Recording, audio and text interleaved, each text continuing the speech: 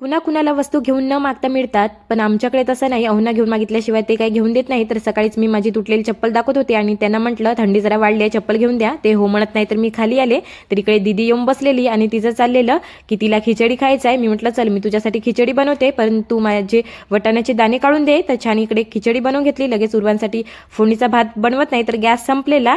तर आज संध्याकाळचं तर काही टेन्शन नव्हतं. आम्हाला बर्थडेमध्येच जेवण करायला जायचं होतं. इकडे येत नाही तर मग उर्वांशनी छान असे फोटो वगैरे काढून घेतले.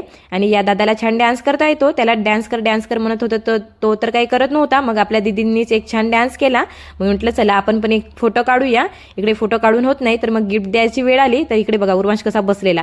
त्याचं फक्त लक्ष केककडेच, केक कट कधी होणार आणि मला कधी खायला भेटणार. तो म्हणत होता पटापट गिफ्ट द्या. तर मी पण माझं आणलेलं छोटंसं गिफ्ट दादाला दिलेलं आणि लगेच मग केक वगैरे कट केलेला. तर इकडे बघा छान सगळ्यांना नाश्ता दिला. तर ही नाश्ता करायची तर माहिती नाही मुलं का, तर 2 बोटं दाखवत होते.